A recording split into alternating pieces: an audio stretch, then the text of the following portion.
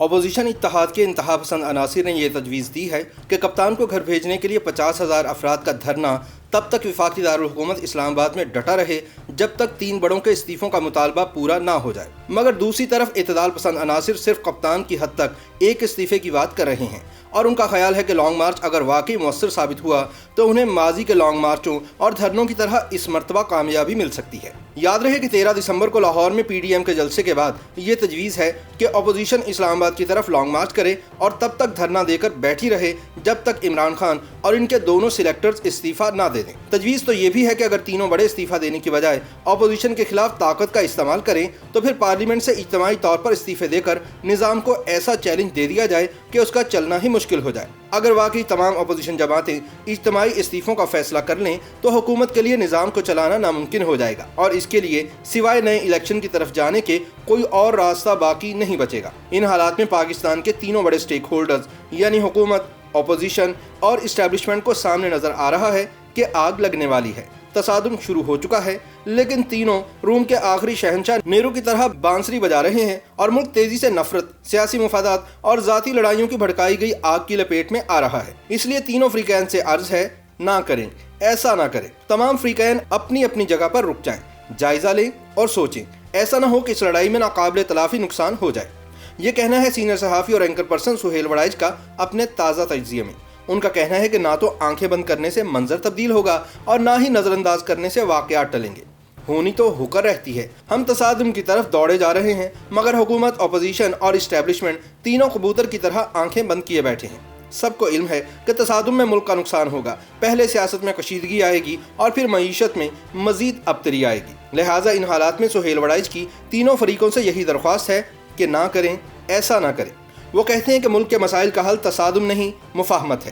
Grand national dialogue کی طرف جائیں اور ملک کو آگے لے کر جانے پر سوچیں۔ ملتان کا جلسہ ٹریلر تھا، تصادم، کشیدگی، جھڑپیں، آنسو گیس اور گرفتاری۔ ملک میں سب طبقات گھگو گھوڑے بنے بیٹھے ہیں، حالانکہ سیاست کا طبل جنگ بچ چکا ہے۔ لاہور کا جلسہ ہونے والا ہے اور پھر اپوزیشن کو اسلام آباد کی طرف لانگ مارچ کی کال دینا ہوگی۔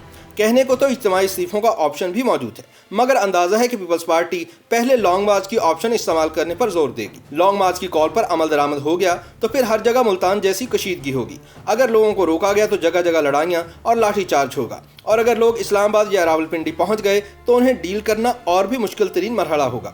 سہیل وڑائچ کا کہنا ہے کہ ہر ریاست کی اپنی سائنس ہوتی ہے، ہم مانیں یا نہ مانیں، ہماری ریاست کی سیاست میں ہمیشہ سے فیصلہ کن کردار ریاستی ادارے ہی ادا کرتے ہیں۔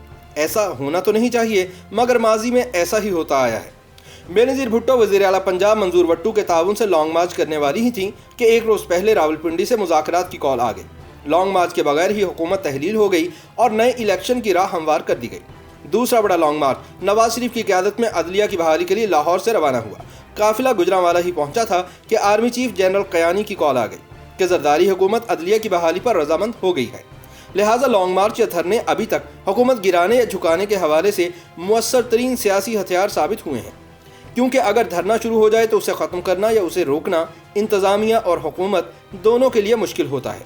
کوئی بھی یہ نہیں چاہتا کہ خون خرابہ ہو، انتظامیہ خاص طور پر اس صورتحال سے بچنا چاہتی ہے۔ یہی وجہ ہے کہ دھرنے والوں کی شرائط سخت اور ناقابل قبول بھی ہوں تو راولپنڈی اور اسلام آباد کی اسٹیبلشمنٹ انہیں تسلیم کر لیتی ہے۔ کہنے والے تو کہتے ہیں کہ اپوزیشن کے انتہا پسند زور دے رہے ہیں کہ 50,000 افراد کا دھرنا تب تک ڈٹا رہے جب تک 3 استعفوں کا مطالبہ پورا نہ ہو، مگر دوسری طرف اعتدال پسند صرف ایک استعفے کی بات کر رہے ہیں، اور ان کا خیال ہے کہ لانگ مارچ اگر واقعی مؤثر ثابت ہوا تو انہیں ماضی کے لانگ مارچوں اور دھرنوں کی طرح کامیابی مل سکتی ہے۔ تجویز تو یہ بھی ہے کہ اجتماعی استعفے دے کر نظام کو ایسا چیلنج دے دیا جائے کہ اس کا چلنا ہی مشکل ہو جائے۔ لیکن سہیل وڑائچ کہتے ہیں کہ میری رائے میں حکومت، اپوزیشن اور اسٹیبلشمنٹ تینوں ہی ضد کر کے فاش غلطی کر رہے ہیں۔ اپوزیشن جس طرح سے حکومت کو اتارنا چاہتی ہے، اگر وہ اس میں کامیاب بھی ہو گئی تو بعد میں ملک میں جمہوری استحکام کی بجائے مزید عدم استحکام آئے گا۔ حکومت کا رویہ تو سب سے برا ہے، وہ اپوزیشن کو اشتعال دلا کر خود اپنا بھی اور نظام کا بھی بیڑا غرق کر رہی ہے۔